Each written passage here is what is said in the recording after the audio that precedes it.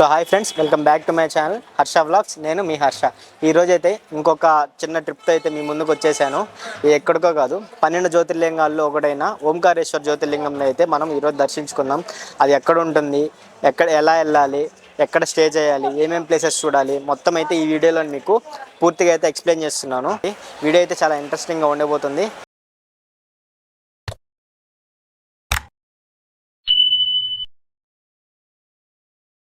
అయితే ఉజ్జయిని అయితే రీచ్ అయిపోయాము. ఇక్కడైతే హోటల్ అయితే తీసుకున్నాము, పితాంబర రెసిడెన్సీ అనేది హోటల్.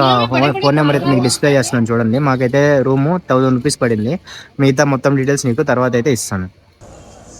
ఉజ్జయిన్లో తిరగనీకి ప్లేసెస్ చాలానే ఉన్నాయి. ఇవన్నీ ఒక రోజులో మనం కవర్ చేయలేం కాబట్టి నేనైతే ఈ ఆటోని అయితే రెంట్ తీసుకున్నాను. రెంట్ అయితే నాకు 450 రూపీస్ అయితే పడింది. బార్గెన్ చేయండి, వాళ్ళు ఫస్ట్ 600 చెప్తారు, తర్వాత బార్గెన్ చేస్తే 450 రూపీస్కే వస్తారనమాట.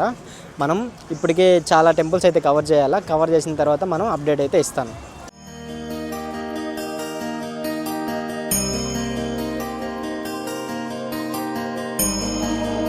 రూమ్లో ఫ్రెష్ అప్ అవ్వగానే మనము ఫస్ట్ శక్తిపీఠం దగ్గరికి అయితే వచ్చాము. ఇది కొద్దిగా ఉజ్జయిన్కి అవుట్స్కట్స్లో ఉంటుంది కాబట్టి ఫస్ట్ బయట ఉండేటి కవర్ చేసుకుందాము. ఇది గట్కాలిక శక్తిపీఠము. దీని విశిష్టతలు మనం మొత్తం లోపలికి వెళ్ళాక మాట్లాడుకుందాం అనమాట. పద వెళ్దాం. ఈ గట్కాలిక శక్తిపీఠం అనేది 18 శక్తిపీఠాల్లో ఒకటన్నట్టుగా చెప్తారు. ఇది 2000 సంవత్సరాల ముందు నాటిదనమాట. ఇది సతీదేవి ఉంటుంది కదా, సతీదేవి యొక్క పైపెదము తీసుకెళ్లేటప్పుడు ఒక పైపెదము ఇక్కడ పడిపోతుంది కాబట్టి శక్తిపీఠంగా మొలిచిందనమాట. ఇక్కడ సాయంత్రం పూట దీపస్తంభం ఉంటుంది. మీరు సాయంత్రం 6 గంటలకి 7 గంటలకి ఆ ప్రాంతంలో కానీ మీకు ఇక్కడికి వస్తే దీపాలన్నీ అలంకరిస్తారు. 1000 దీపాలతో పాటు చాలా అందంగా అయితే ఉంటుంది ఈ టెంపుల్. సాయంత్రం కూడా అయితే విజిట్ చేయండి. దర్శనంగా అయితే మనకి 5 మినిట్స్లో అయిపోయింది.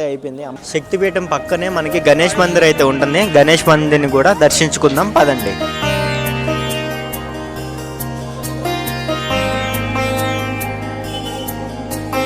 ఎక్కడైనా కానీ జ్యోతిర్లింగాన్ని దర్శించుకునే ముందు మనం కాలభైరవుని దర్శించుకుంటే చాలా మంచిది కాబట్టి ఫస్ట్ మనం కాలభైరవుని అయితే దర్శించుకున్నాం. ఇప్పుడైతే మనము కాలభైరవ గుడి దగ్గరికి అయితే వచ్చాము. చూస్తుంటే కొద్దిగా రష్ అయితే ఎక్కువ ఉన్నట్టుంది. ఎంతసేపు టైం పడుతుందో చూద్దాం అన్నమాట. వెళ్దాం పదండి.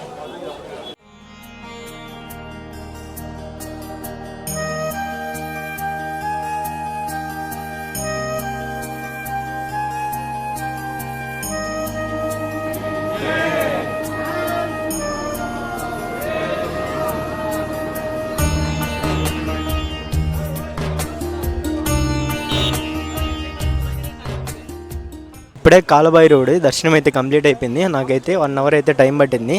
నెక్స్ట్ అయితే బ్రేక్ఫాస్ట్ చేసి వేరే దానికైతే వెళ్దాం అనమాట. మంగళనాథ్ మందిరం యొక్క అవుట్ సైడ్ వ్యూ అయితే ఇట్లా ఉంటుంది. లోపలికి అయితే వెళ్దాము. లోపలికి వెళ్ళిన తర్వాత మనకి దర్శనానికి ఎంత టైం పట్టింది ఏంటి అనేది మొత్తం మీకు లాస్ట్లో అయితే చెప్తాను అనమాట.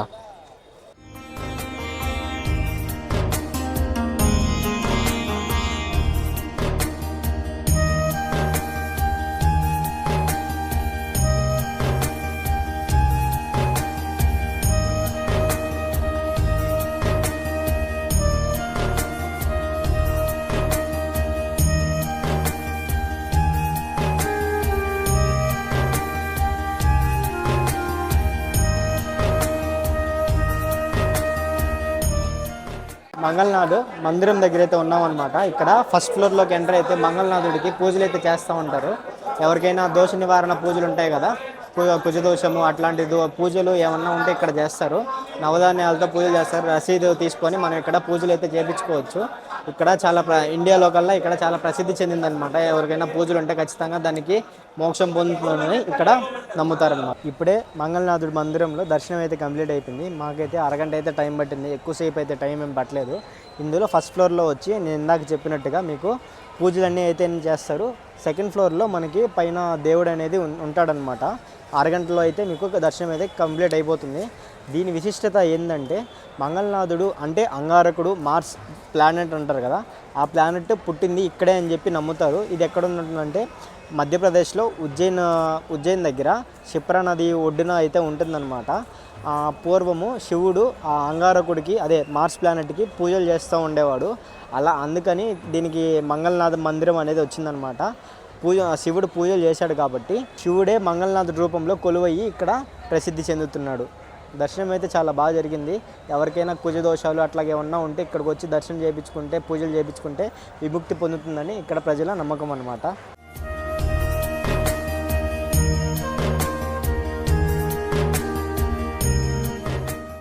మనమైతే ఇప్పుడు సందీపాని దగ్గర అయితే వచ్చేసాము. లోపలికి అయితే వెళ్దాము. దీని విశిష్టతలు మొత్తం మనం లోపలికి వెళ్ళాక మాట్లాడుకుందాం.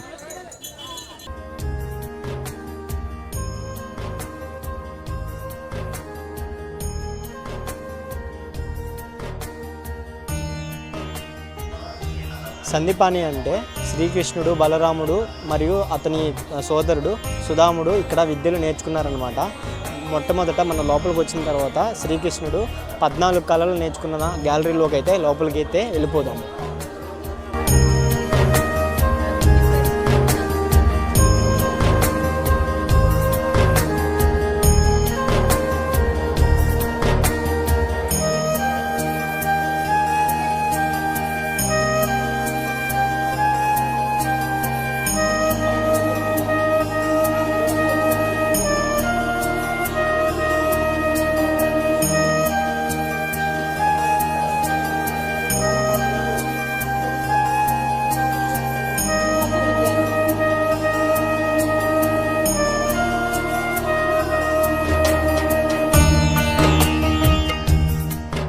ఇప్పుడు మనము శ్రీకృష్ణుడు అభ్యసించిన 64 కళల నుంచి మనం చూద్దాము ఒక్కొక్కటి.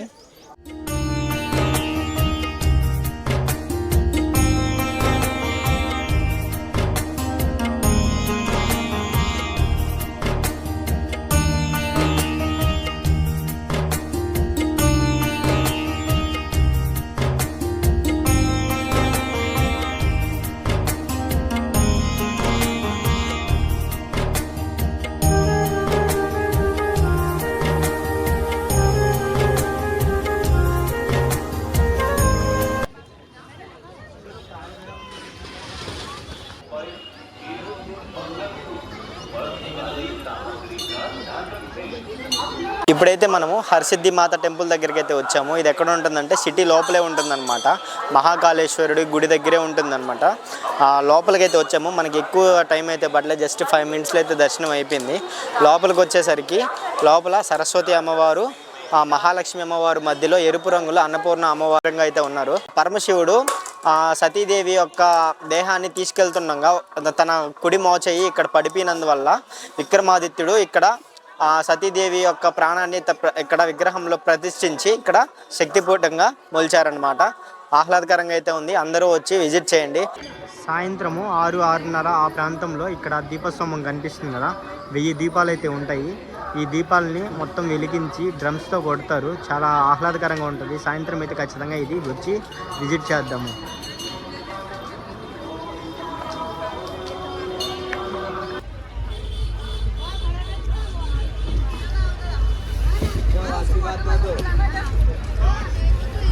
ఎవరైనా మహాకాళేశ్వరిని దర్శనం చేయించుకోకపోతే కరెక్ట్గా ఈవినింగ్ 4:35 ఆ టైంలో ఎంటర్ అవ్వండి. ఎందుకు చెప్తున్నానంటే కరెక్ట్గా 5కి అయితే మనకి డే లైట్ కనిపిస్తుంది. ఇంకొక కొద్దిసేపు అయితే నైట్ ఫెయిల్ కూడా అవుతుంది. కాబట్టి మీరు నైట్ని అండ్ డేని 2 కవర్ చేయొచ్చు. అంటే నైట్ టైము లైటింగ్తో చాలా బాగుంటుంది అనమాట టెంపుల్. అందుకని 2 కవర్ చేసేదానికి వీలవుతుంది. ఆ తర్వాత లోక్ కారిడార్ కూడా నైట్ లైటింగ్ వేసి చాలా బాగుంటుంది. చూడండి, మహాకాళ జ్యోతిర్లింగం యొక్క అవుట్ సైడ్ వ్యూ ఇట్లా ఉంటుంది. మనం లోపలికి అయితే దర్శించుకోవడానికి వెళ్ళిపోదాం. మొత్తానికి మనం అయితే 12 జ్యోతిర్లింగాల్లో ఒకటైన ఓంకారేశ్వర జ్యోతిర్లింగం దగ్గరికి అయితే వచ్చేసాము. ఇది 12 జ్యోతిర్లింగాల్లో 3వ జ్యోతిర్లింగం. పేరుకే 3వ జ్యోతిర్లింగం, కానీ 12 జ్యోతిర్లింగాల్లో అతి శక్తివంతమైన జ్యోతిర్లింగం అనమాట. ఎందుకంటే ప్రపంచంలో ఎక్కడ కూడా ఏ దేవుడికి మనం భస్మంతో అయితే హారతి ఇవ్వరు. ఓన్లీ ఈ ప్రపంచంలో ఇండియాలో మధ్యప్రదేశ్లో ఉన్న ఓంకారేశ్వర జ్యోతిర్లింగంలో ఒకటే భస్మంతో అయితే హారతి అయితే ఇస్తారనమాట. పాతకాలంలో ఏం చేశారంటే అప్పుడే చనిపోయిన శవాల దగ్గర నుంచి వచ్చిన భస్మంతో శివుడికి భస్మం హారతి చేసేవాళ్ళు. ఒకరోజు భస్మం లేకపోయేసరికి పూజారి వల్ల కొడుకుని దహనం చేసిన తర్వాత వచ్చిన భస్మంతో ఒక పూజారి శివుడికి అర్చన చేశారు. ఆ అర్చనకి శివుడు మెచ్చుకొని ఇంకా నాకు ఏ శవాలతో చేయాల్సిన అవసరం లేదు, ఈ రోజు నుంచి నాకు ఆవు పిడకలతో కాల్చినతో వచ్చిన భస్మంతో చేస్తే సరిపోతుందని చెప్పారు. అప్పటి నుంచి ఇప్పటి వరకు ఓన్లీ ఆవు పిడకలుతో చేసిన భస్మంతో వచ్చిన బూడిదతోనే ఇప్పుడు దేవుడికి అభిషేకం అయితే చేస్తున్నారు. అందుకే ఈ ఉజ్జయిని మహాకాళేశ్వర జ్యోతిర్లింగం ఈ ప్రపంచంలో కల్లా అతి శక్తివంతమైన జ్యోతిర్లింగం అయింది. ఇంకా విశిష్టతలు ఇంకా ఏమన్నా ఉంటే అప్డేట్ అయితే ఇస్తాను. వీడియో అయితే చాలా ఇంట్రెస్టింగ్గా ఉంది కదా, ఇంకా మొత్తం అయితే మీకు అప్డేట్ ఇస్తాను. మాకు ఎంత టైం పట్టింది ఏందనేది వీడియో అయితే లాస్ట్ వరకు చూడండి. జై మహాకాల్, జై మహాకాల్.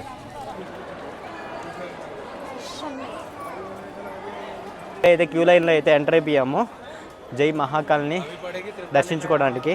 కొద్ది దూరం అయితే మొబైల్స్ అయితే అలో ఉంటుంది. కొద్ది దూరం తర్వాత మనము మొబైల్స్ అయితే అక్కడ పెట్టేయాల్సి వస్తుంది లాకర్ రూమ్లో. పెట్టిన తర్వాత ఇంకా వీడియో రికార్డింగ్ అలా ఉండదు కాబట్టి దర్శనానికి ఎంత టైం పట్టింది ఎలా ఉంది మొత్తం అయితే మీకు వచ్చిన తర్వాత అయితే అప్డేట్ ఇస్తాను. జై మహాకాల్. మహాకాల్ జ్యోతిర్లింగం అయితే ఇలా ఉంటుంది, ఒకసారి అయితే దర్శించుకోండి.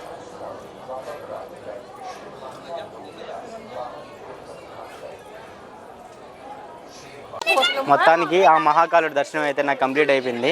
చాలా ఆనందంగా ఉంది. దీంట్లో నీకు 2 విషయాలు అయితే చెప్పబోతున్నాను.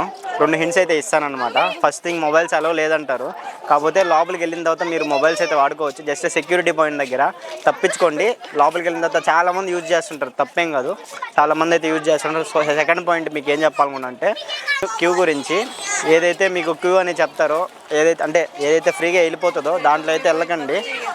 ఈ క్యూ త్వరగా మూవ్ అవుతుందని చెప్పి దాంట్లో అయితే వెళ్ళకండి. ఏదైతే రష్గా ఉందో ఆ క్యూలో వెళ్తే మీకు ఆ పరమశివుడికి దగ్గరగా అయితే వెళ్తారనమాట. ఈ క్యూ త్వరగా వెళ్ళిపోతుందని, ఈ లైన్ త్వరగా వెళ్ళిపోతుందని చెప్పి మీరు ఆ లైన్లో దూకారనుకోండి, ఇంకా మీరు చాలా దూరం నుంచి చూడాల్సి వస్తుంది. నేను ఈ 2 హింట్స్ అయితే చెప్పాలనుకుంటున్నాను. నాకైతే దర్శనానికి 30 మినిట్స్ అయితే టైం పట్టింది.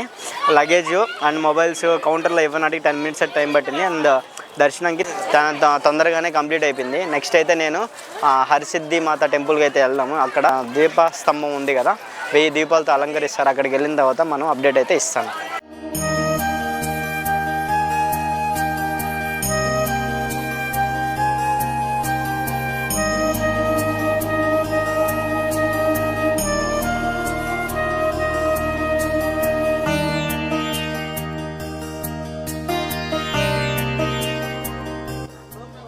ఇప్పుడు మీరు చూసేది మొత్తం మహాకాల్ లోక్ కారిడార్ అనమాట.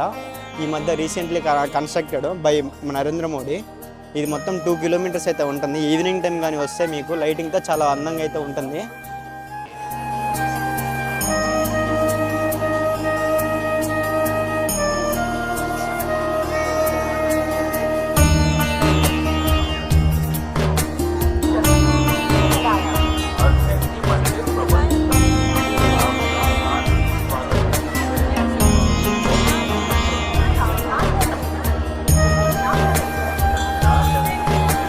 హరసిద్ధి శక్తిపీఠం దగ్గర 1000 దీపాల స్తంభం అయితే చూడండి.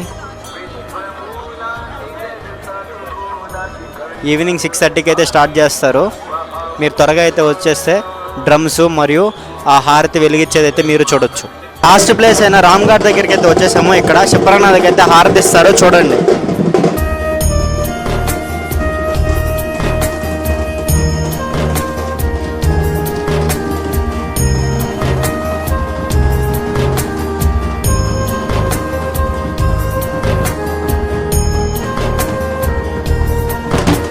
చూసారా, శిప్రానాథ్కి అయితే హారతి ఇస్తున్నారు అందరూ.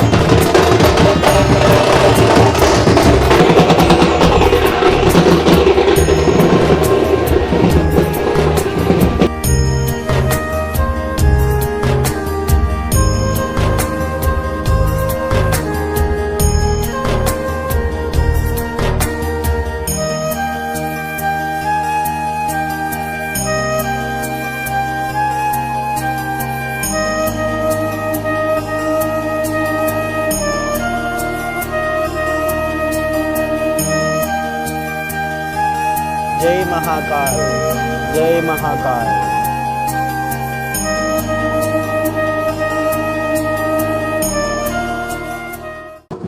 ఫైనల్లీ మనం వచ్చి రామ్ఘాట్లో శిప్రానాథ్కి హారతి కూడా చేసుకున్నాము సక్సెస్ఫుల్లీగా. మనం అన్నీ అయితే కవర్ చేసామన్నమాట.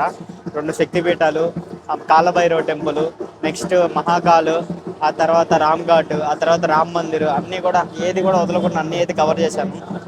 నాకైతే చాలా మంచిగా ఉంది. ఉజ్జయిని కూడా వచ్చి ఒకసారి అందరూ ప్రార్థించండి. మహాకాల్, జై మహాకాల్. ఇక్కడతో మీ బ్లాగ్ అందరికీ నచ్చిందని చెప్పి కోరుకుంటున్నాను. ఇక్కడతో మొత్తానికి నాకు తెలిసింది మీకు మొత్తం చేర్చారని చెప్పి నేను అనుకుంటున్నాను. ఇంకా ఏమన్నా మీకు డౌట్స్ కానీ ఉంటే కామెంట్ సెక్షన్లో కామెంట్ చేయండి, నేనైతే దానికి ఆన్సర్ ఇస్తాను. నెక్స్ట్ అయితే మనము ఓంకారేశ్వర్ దగ్గరికి అయితే వెళ్తున్నాం అనమాట. మహాకాల్ భస్మహారతి గురించి ఇందాకైతే మీకు చెప్పాను కదా, దాని టైమింగ్స్ వచ్చేసి మార్నింగ్ 4 to 6 అయితే ఉంటుందన్నమాట. దానికి ఆన్లైన్ టికెట్ అయితే మనం పర్చేస్ చేసుకోవాల్సి వస్తుంది. ఆన్లైన్ టికెట్ అయితే మనకి 200 రూపీస్ అయితే పడుతుంది. ఆఫ్లైన్లో కూడా మీరు పర్చేస్ చేసుకోవచ్చు. ఆఫ్లైన్లో మీకు 100 రూపీస్ అయితే పడుతుంది అనమాట. కాకపోతే ఎవ్రీడే 1500 స్లాట్స్ అయితే ఉంటాయి. నేను దగ్గర 1.5 month నుంచి అయితే చూస్తున్నాను. ఒక్కరోజు కూడా నాకు ఖాళీ దొరకలేదు స్లాట్ బుక్ చేసుకోవడానికి. భస్మహారతికి అంత ఎక్కువ డిమాండ్ ఉంటుంది అనమాట. మనకి తిరుమల విఐపి దర్శనం ఎంత డిమాండ్ ఉంటుందో ఇక్కడ భస్మహారతి కూడా అంతే డిమాండ్ ఉంటుంది. ఆఫ్లైన్ టికెట్స్ మీరు పొందాలనుకుంటే మిడ్ నైట్ 2 నుంచి మీరు లైన్లో ఉంటే తప్ప మీకు మార్నింగ్ 4కి 5కి మీకు టికెట్స్ అనేది దొరకవు అనమాట. కొంతమంది అయితే మిడ్ నైట్ 10 నుంచి వెయిట్ చేస్తూ ఉంటారు టికెట్ల కోసము. ఎప్పుడైతే టికెట్లు ఇస్తారో అప్పుడు ఉంటే, కానీ చాలా కష్టము టికెట్లు అయితే పొందనీకి. భస్మహారతి చూడనీకి కూడా మనకి ఒక పుణ్యం అనేది ఉండాలా. మనకి ఈసారి అది దొరకలేదన్నమాట. ఈసారి ఖచ్చితంగా ట్రై చేద్దాము. ఒక 3 months ముందే బుక్ చేసుకోనికి ట్రై చేద్దాము. అండ్ ఇంకేమన్నా మీకు డౌట్స్ ఏమన్నా ఉంటే కింద కామెంట్ సెక్షన్లో అయితే పెట్టండి. మీ ప్రతి కామెంట్కి అయితే నేను రెస్పాండ్ అవుతాను. ఇంతటితో ఈ ఓంకారేశ్వర్కి వెళ్తున్నాం ఇక్కడి నుంచి. ఇంతటితో ఇక్కడికైతే మహాకాళేశ్వరుడి జ్యోతిర్లింగం వీడియో అయితే ఇక్కడికి ఎండ్ చేస్తున్నాను. Thank you.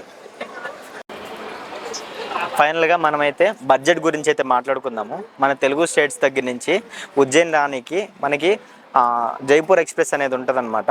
దాని టికెట్ ఫేర్ వచ్చి 700 రూపీస్ అయితే పడుతుంది. తెలుగు స్టేట్స్ ఎస్పెషల్లీ మా నెల్లూరు డిస్ట్రిక్ట్ నుంచి అయితే అప్ అండ్ డౌన్ మనకి 1400 రూపీస్ అయితే ఖర్చు అవుతుంది. ఇక్కడికి వచ్చిన తర్వాత కొన్ని ధర్మశాలాస్ అయితే ఉంటాయి. ధర్మశాలాస్లో మీకు 100 రూపీసే ఉంటుంది స్టేకి. ఫ్రెష్ అయిన తర్వాత ఒక ఆటో అయితే రెంట్ తీసుకొని, రెంట్ అయితే 500 రూపీస్ అయితే ఉంటుంది. సిటీ అవుట్స్కట్లో ఒక 5 టెంపుల్స్ ఉంటాయి. సిటీ లోపల 5 టెంపుల్స్ ఉంటాయి. మొత్తం అయితే కవర్ చేసుకోండి. మొత్తం 10 టెంపుల్స్ 500 రూపీస్ టికెట్ ఫేర్తో. అండ్ తర్వాత ఇప్పటి వరకు మనకి ఎంత అయింది, 1400 + 100 + 500 అయితే అయిందంట.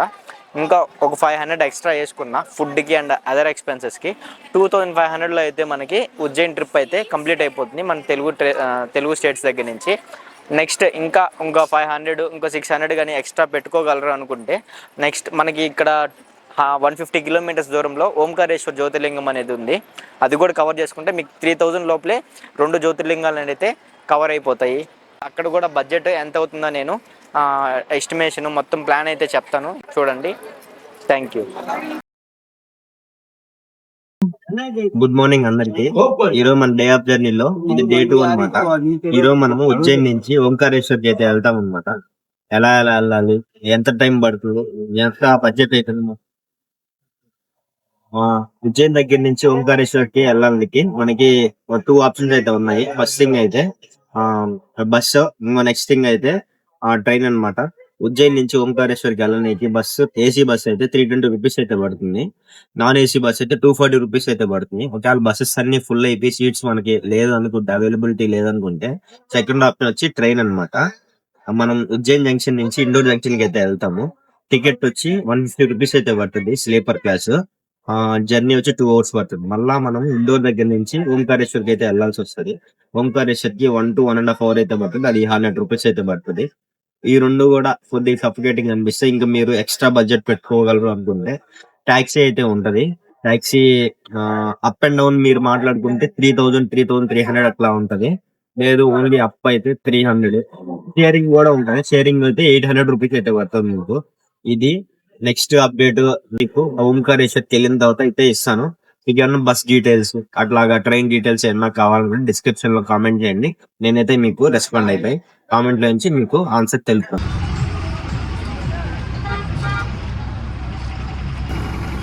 ఇదే నేను బుక్ చేసుకున్న బస్సు. ఆఫ్లైన్లో అయితే తీసుకున్నాను. టికెట్ 320 రూపీస్ అయితే పడింది. జర్నీ టైం వచ్చి 4 to 4.5 hours. అన్ని కిలోమీటర్స్ వచ్చి 150 to 180 కిలోమీటర్స్ అయితే వస్తుంది. వయా ఇండోర్ అయితే వెళ్తుంది. ఇండోర్ వెళ్ళే వాళ్ళు కూడా ఈ బస్సు అయితే బుక్ చేసుకోవచ్చు.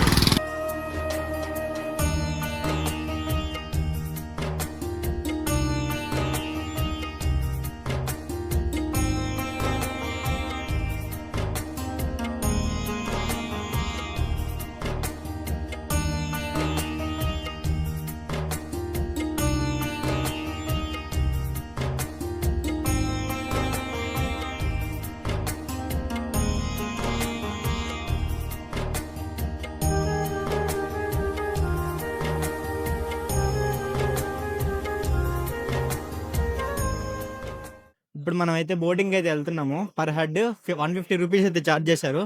ఎట్లుంటుందో చూద్దాము. వెళ్దాం పదండి.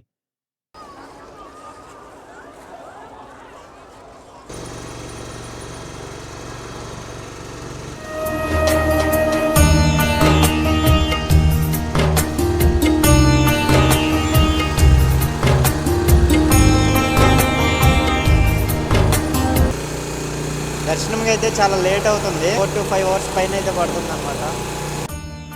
డ్యామ్ వ్యూ అయితే చూస్తున్నారు కదా నర్మదా నది మీద. అక్కడ వరకు వెళ్ళి మళ్ళీ రిటర్న్ అయితే వెళ్తాం.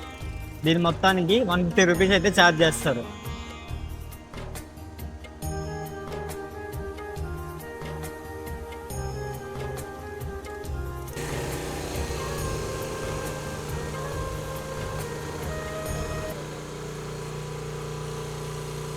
ఇప్పుడు మీరు చూస్తున్నది అక్కడ కావేరి నది అయితే ఉంటుంది. ఇప్పుడు మనం ఉండేది నర్మదా నది. నర్మదా నది మరియు కావేరి నది ఇక్కడ సంగమం అవుతుంది. ఇక్కడికి వచ్చి అందరూ నీళ్లు చల్లుకుంటారు. మీరు కూడా ఎవరైనా బోటింగ్ చేసే వాళ్ళు ఎవరైనా ఉంటే ఇక్కడికి వచ్చి నీళ్ళు అయితే చల్లుకోండి. పుణ్యం అయితే ఉంటుంది మీకు. ఇప్పుడు మీరు చూస్తున్నారు కదా అదే నర్మదా డ్యాము. ఈ పక్క నుంచి అయితే కావేరి నది అయితే వస్తుంది. ఆ రెండు అయితే ఇక్కడ కలుస్తాయి అన్నమాట. ఈ జ్యోతిర్లింగానికి ఓంకారేశ్వర జ్యోతిర్లింగం అని ఎందుకు పేరు వచ్చిందంటే ఈ జ్యోతిర్లింగం అనేది మొత్తం ఐలాండ్లో ఉంటుందన్నమాట. పైనుంచి చూస్తే మనకి ఓం అనే షేప్లో ఉంటుంది.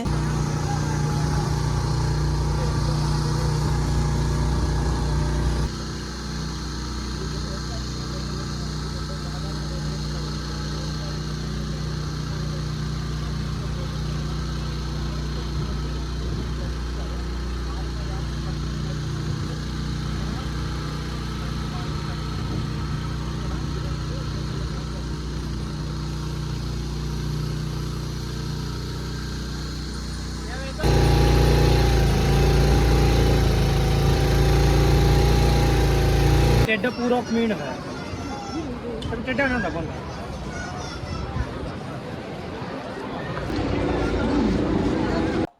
నేనైతే ఇప్పుడే దర్శనం చేసుకున్నట్టుకి క్యూలో అయితే ఎంటర్ అయిపోయాను.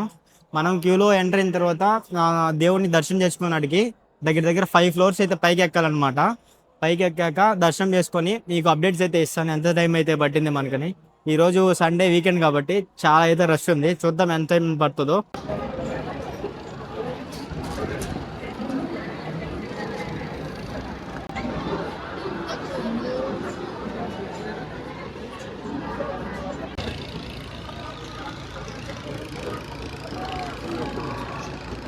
ज्वला प्रवाह पावित स्थले गले बलम बलम विना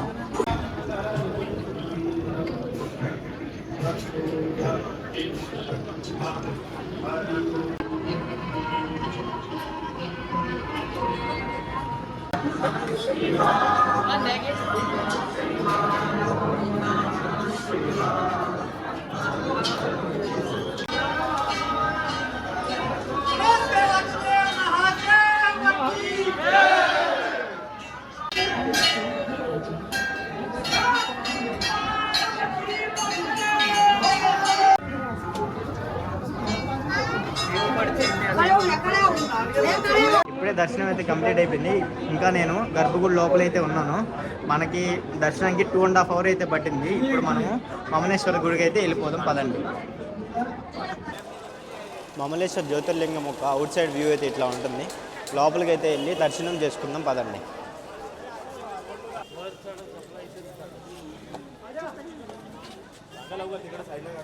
మెట్లు పైకి ఎక్కగానే ఇక్కడ చెప్పల్ స్టాండ్ అనేది ఉంటుంది. ఫ్రీ అనే అన్నమాట. కావాల్సిన వాళ్ళు ఇక్కడ యూజ్ చేసుకోవాలి.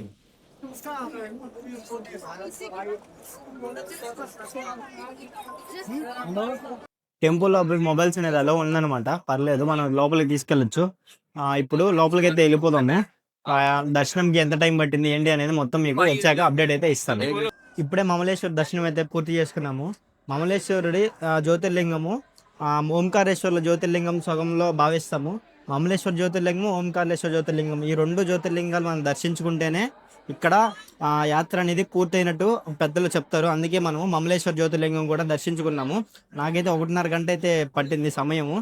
జ్యోతిర్లింగాన్ని మనం చాలా దగ్గర నుంచి అయితే చూడొచ్చు. నేను ఎట్లా కేదార్నాథ్ దగ్గర ఎట్లా అయితే చూసానో ఈ జ్యోతిర్లింగం కూడా చాలా దగ్గర నుంచి అయితే చూసాము. చాలా సంతోషంగా ఉంది. ఈ టెంపుల్ హిస్టరీ గురించి వస్తే ఈ టెంపుల్ 10వ శతాబ్దం నాటిదనమాట. అప్పుడులో సిమెంట్ గిమెంట్ ఏం లేవు కాబట్టి మొత్తం ఇంటర్లాకింగ్ సిస్టమ్ ద్వారా కట్టింది, ఒక రాయికి ఇంకో రాయికి మధ్య. ఇప్పటి వరకు మీరు ఎక్కడైనా చూడండి కొద్దిగా కూడా సిమెంట్ అనేది వాడరు, ఎక్కడ కూడా సిమెంట్ ఉండదు, జస్ట్ ఇంటర్లాకింగ్ సిస్టమ్ అనమాట. చాలా సూపర్ కదా మన ఇంజనీర్స్, ఏన్షియంట్ ఇంజనీర్స్. చూడండి మీరు ఎక్కడ చూసినా కానీ కొద్దిగా సిమెంట్ కూడా కనిపించదు మీకు, మొత్తం ఇంటర్లాకింగ్ సిస్టమ్. జై మమలేశ్వర్.